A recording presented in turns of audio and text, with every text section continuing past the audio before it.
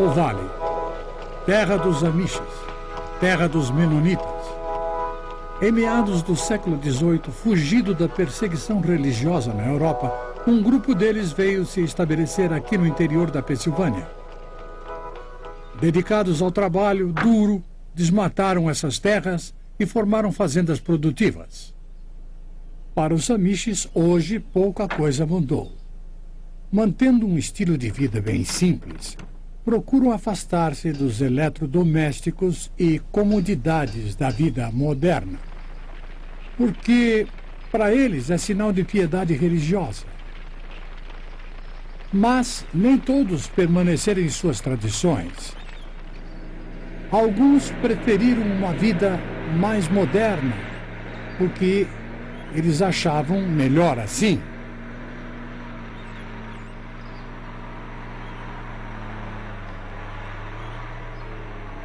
Vejam bem, o nome desse homem é João Cross. Ele é coordenador de um dos ministérios da missão, Novas Tribos. Uma organização que trabalha quase que exclusivamente com povos tribais em vários países do mundo. Você talvez pergunte, João, o que está fazendo aí, no centro da Pensilvânia? O que é que isso tem a ver com a evangelização das tribos? Bem, eu quero dar a você a base do nosso trabalho, contando uma história que começou aqui, bem aqui neste vale. Um dos filhos desta terra é Marcos Zuck. Há 10 gerações, em 1742, a família Zuck emigrou da Suíça para cá e tem vivido aqui desde aquela época. Mas Marcos não ficou. Depois de ouvir um desafio missionário, ele e sua esposa decidiram que também seriam missionários. Então foram a uma agência missionária para uma entrevista.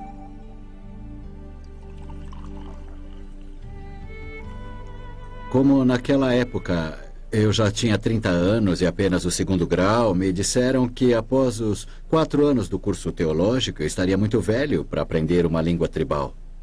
Questionavam se deveria levar meus filhos para uma tribo ou ir para um clima tropical com os meus problemas de saúde. Diziam, deixa os nativos para lá, eles estão felizes. Rejeitados, mas não derrotados, Marcos e a esposa Glória foram para uma das escolas da Missão Novas Tribos. Ali receberam um preparo especializado em evangelização transcultural. Assim que terminaram o treinamento, foram enviados pela sua igreja local até um campo missionário.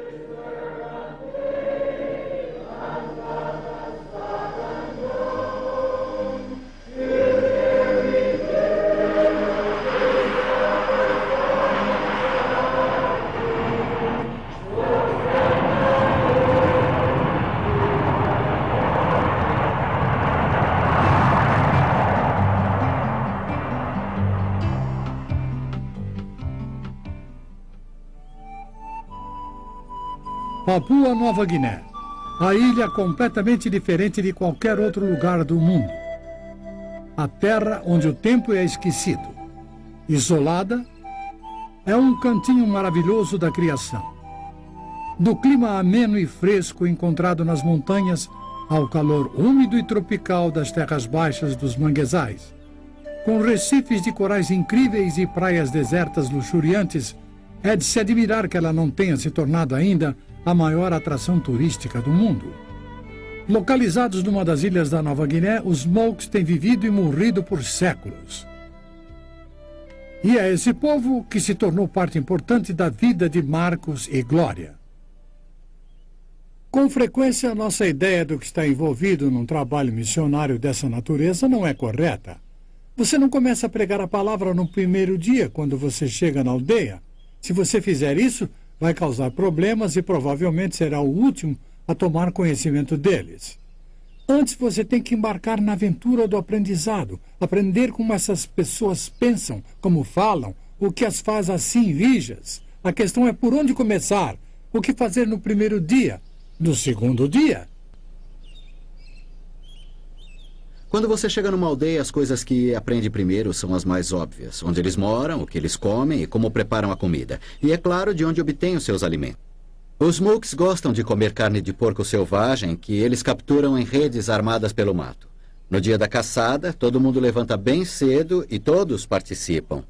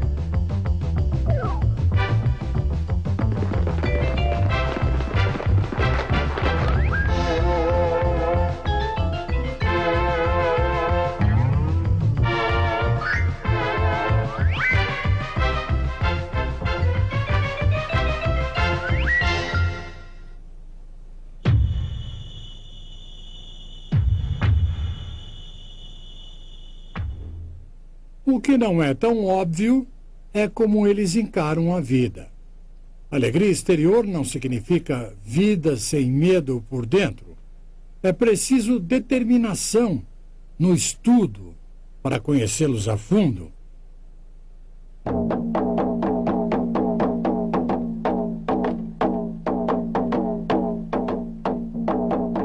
E, com frequência, os fatos descobertos não são assim os mais agradáveis.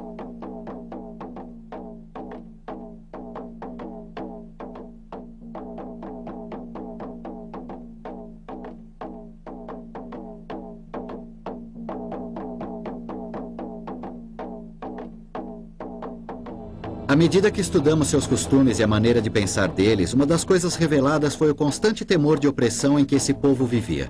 Um dos aspectos da cultura estava ligado aos ancestrais mortos. Um homem vestia uma grande máscara e saía dançando pela aldeia. Eles criam que esse era o espírito de um ancestral morto voltando. Os homens nos contaram que as mulheres não sabiam que eram eles que vestiam a máscara. Eles guardavam a máscara escondida num lugar reservado exclusivamente para os homens. Eles nos explicaram o seguinte: se uma mulher visse a máscara ou se ela descobrisse que se tratava de um homem que a vestia, não um espírito, o castigo para aquela mulher era a pena de morte. Quando eu era um menino, minha mãe descobriu o segredo e viu a máscara.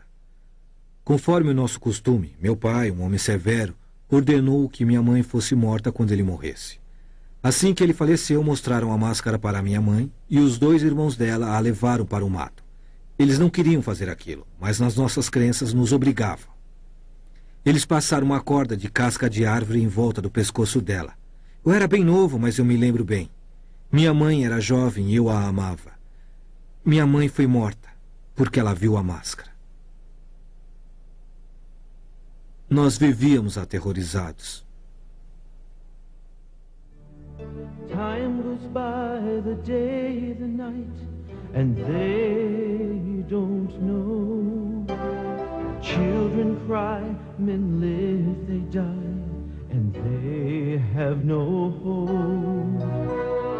So many people just existing. Are we really listening to the tears and the fears of the unknown?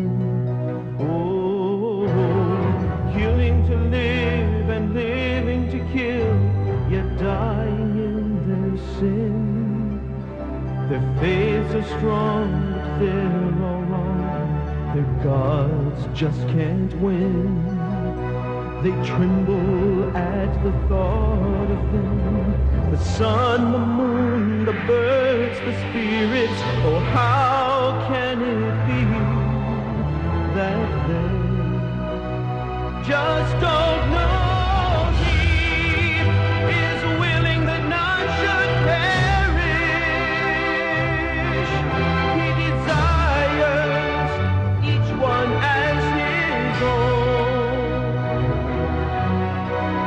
sent his perfect Son to die for them. The Son now reigns next to his Father's throne, but so many just don't know.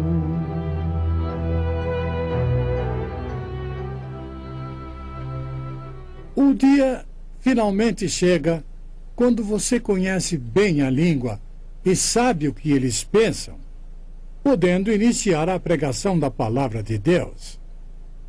Mas a questão é por onde começar. A Bíblia é um livro tão grande e nenhum membro da tribo Mook jamais teve qualquer contato como nós temos com as Escrituras. Antes de começarmos a pregar, tivemos que preparar lições bíblicas. O nosso ajudante, que naquela época não era um crente, foi a pessoa-chave para obtermos a terminologia bíblica apropriada de que precisávamos para ensinar. Mesmo antes de iniciar o ensino, os Mooks pareciam pressentir que estavam para receber uma mensagem maravilhosa. Quando o ensino começou, a aldeia toda de 320 pessoas se reuniu para participar. Nós não mencionamos nada sobre Jesus até que concluímos 2 meses de ensino das histórias fundamentais do Velho Testamento. No primeiro dia, nós começamos mostrando para eles o mapa da aldeia. E aí apontamos onde as outras aldeias Mooks estavam localizadas naquele mapa. A partir daí, explicamos para eles progressivamente onde eles estavam situados em relação às tribos vizinhas e onde eles estavam localizados na província.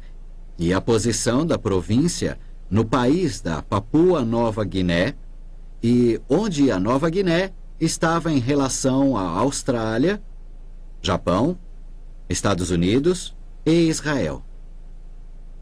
Depois expliquei para eles como a Bíblia, a palavra de Deus, a fala de Deus, veio há muitos anos atrás de Israel, à Europa e para o mundo, e agora estava chegando também para eles.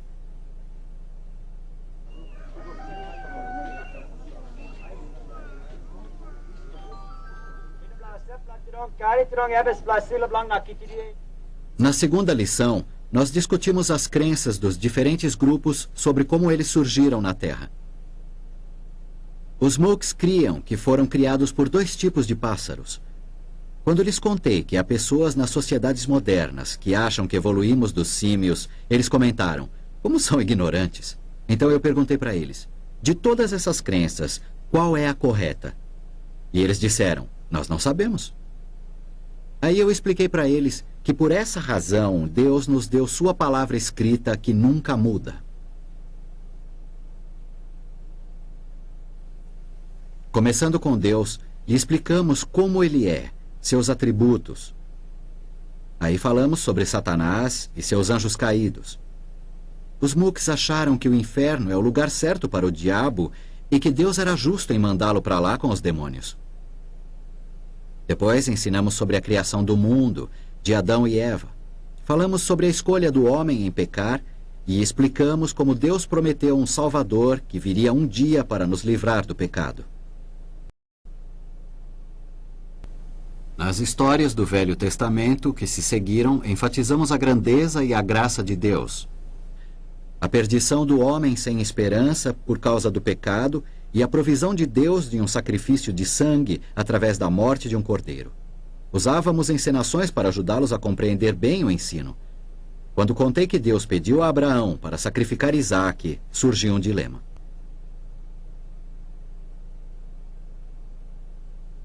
Abraão, obviamente, era um homem piedoso, de forma que ele deve obedecer a Deus. Mas foi através de Isaque que o Salvador foi prometido. Eu sei que Abraão vai obedecer e que Deus salvará a vida de Isaque.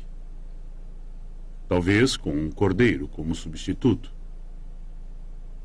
Antes de terminar a história, 4 homens vieram individualmente me sugerir que Abraão obedeceria a Deus e que ele interviria salvando a vida de Isaque, providenciando um cordeiro como seu substituto.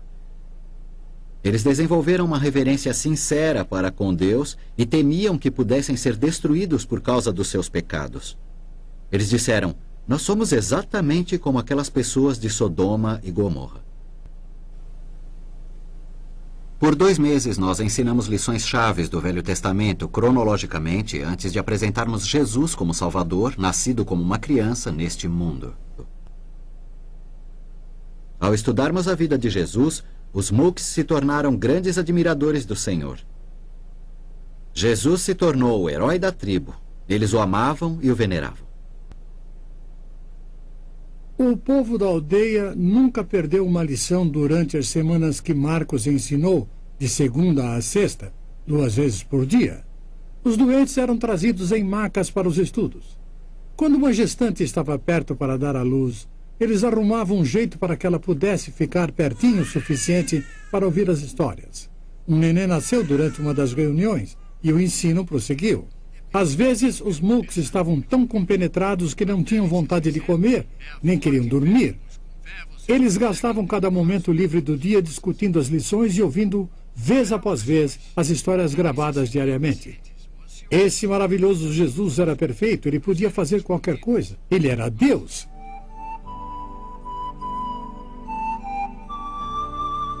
O dia, enfim, chegou quando foi contada a história da traição de Jesus por Judas e o seu julgamento diante de Pôncio Pilatos.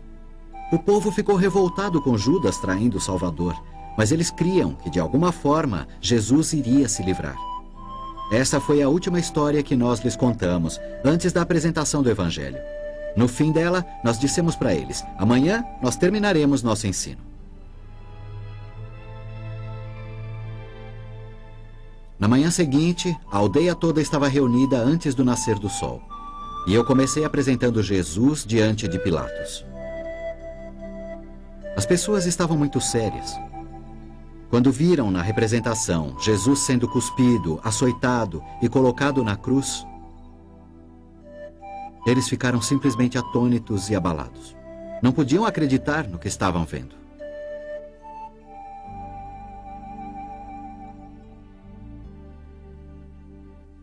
Porque a morte e o derramamento de sangue têm um significado profundo para o Evangelho. Nós havíamos enchido um balão com água colorida para ser furado por um dos soldados romanos. Foi quando eles viram o sangue que a história começou a ter significado para eles. Nossa exposição e apresentação da ressurreição de Jesus foi simples, mas poderosa para eles. O Salvador estava vivo.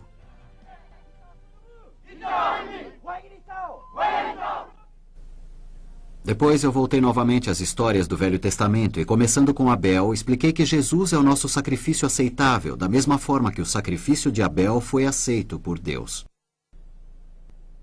Quando eu finalmente cheguei na história de Abraão e Isaque, eu disse para eles: escutem, assim como o cordeiro foi o substituto para Isaque, a morte de Cristo e o seu sangue derramado são o substituto para vocês.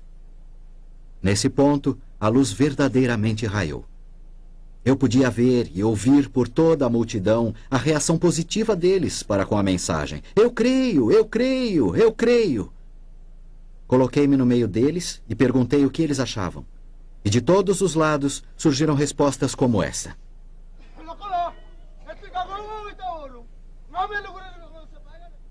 Eu sei que nasci no pecado e creio que Jesus pagou pelos meus pecados, que ele morreu em meu lugar. Ele é o meu Redentor.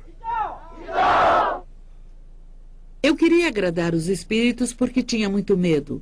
Não sabia como me livrar dos meus pecados, mas Deus, por sua graça, trouxe vocês aqui. Eu ouvi e confio no sacrifício de Cristo por meus pecados. Eu creio e Deus já me perdoou. Naquele dia, quase toda a aldeia manifestou sua fé no Senhor Jesus Cristo. Houve um tremendo sentimento de libertação. Os Mooks são geralmente um povo reservado, mas quando os convertidos sentiram uma libertação dos seus pecados, um regozijo espontâneo brotou no meio deles. Vejam o que aconteceu.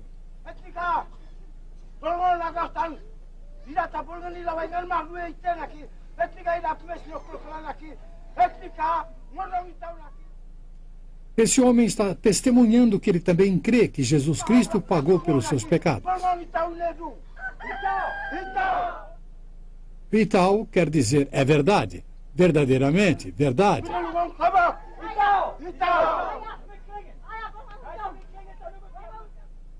A vovó também se regozija porque também crê. Muitos outros deram seus testemunhos de que creem que Jesus Cristo levou os seus pecados sobre si. Marcos diz que se eles creem, então a palavra de Deus diz que os seus pecados estão perdoados. E tal, é verdade.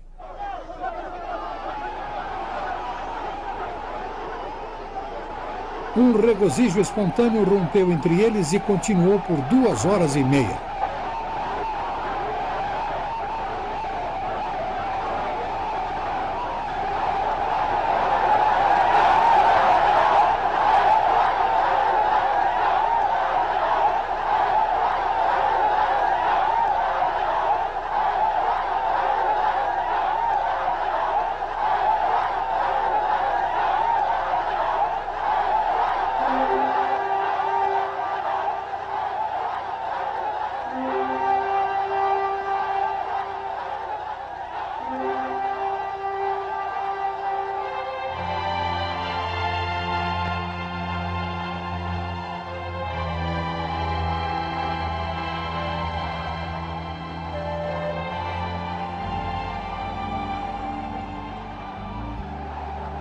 Senhor Zuki, nós consideramos o seu interesse em nossa agência missionária, mas sentimos muito que vocês não sejam adequados para o campo.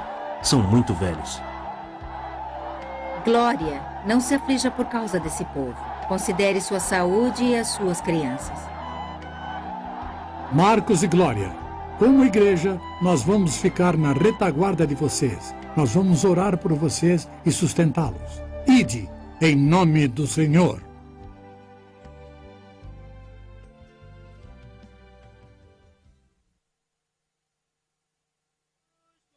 A obra missionária passa por lutas imensas e nós precisamos do teu apoio e das tuas orações.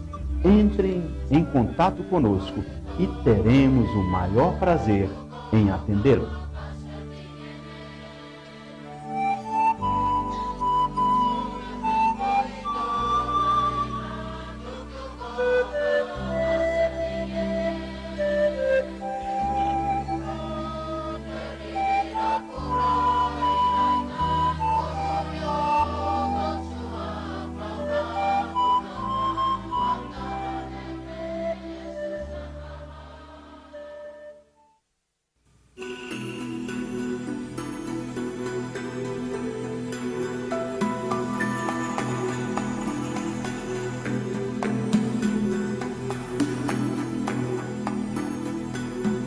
Imaginamos que o seu coração foi tocado com o documentário que acaba de assistir. Talvez você esteja pensando, será que estas histórias só acontecem lá nos lugares distantes? A resposta é não. Na verdade, muitos missionários brasileiros e estrangeiros atravessam fronteiras geográficas e culturais para levar a preciosa mensagem da salvação nos rincões de nosso país. E mesmo fora dele, onde estão acontecendo muitas histórias semelhantes a esta. A missão Novas Tribos do Brasil tem centenas de missionários envolvidos na evangelização e assistência social a dezenas de povos indígenas. No Brasil e em 4 países africanos, muito trabalho existe para ser feito e os obreiros são poucos. Das mais de 250 tribos indígenas brasileiras, dezenas ainda não ouviram as boas novas do Evangelho. Foram criados centros de preparo especializado para este ministério. Informe-se e participe de histórias missionárias que estão acontecendo. Conheça o trabalho da Missão Novas Tribos do Brasil acessando o nosso site www.mntb.org.br mntb@mntb.org.br Caixa Postal 221-7500-1970 Anápolis, Goiás. Fone, código de área 62 3318-1234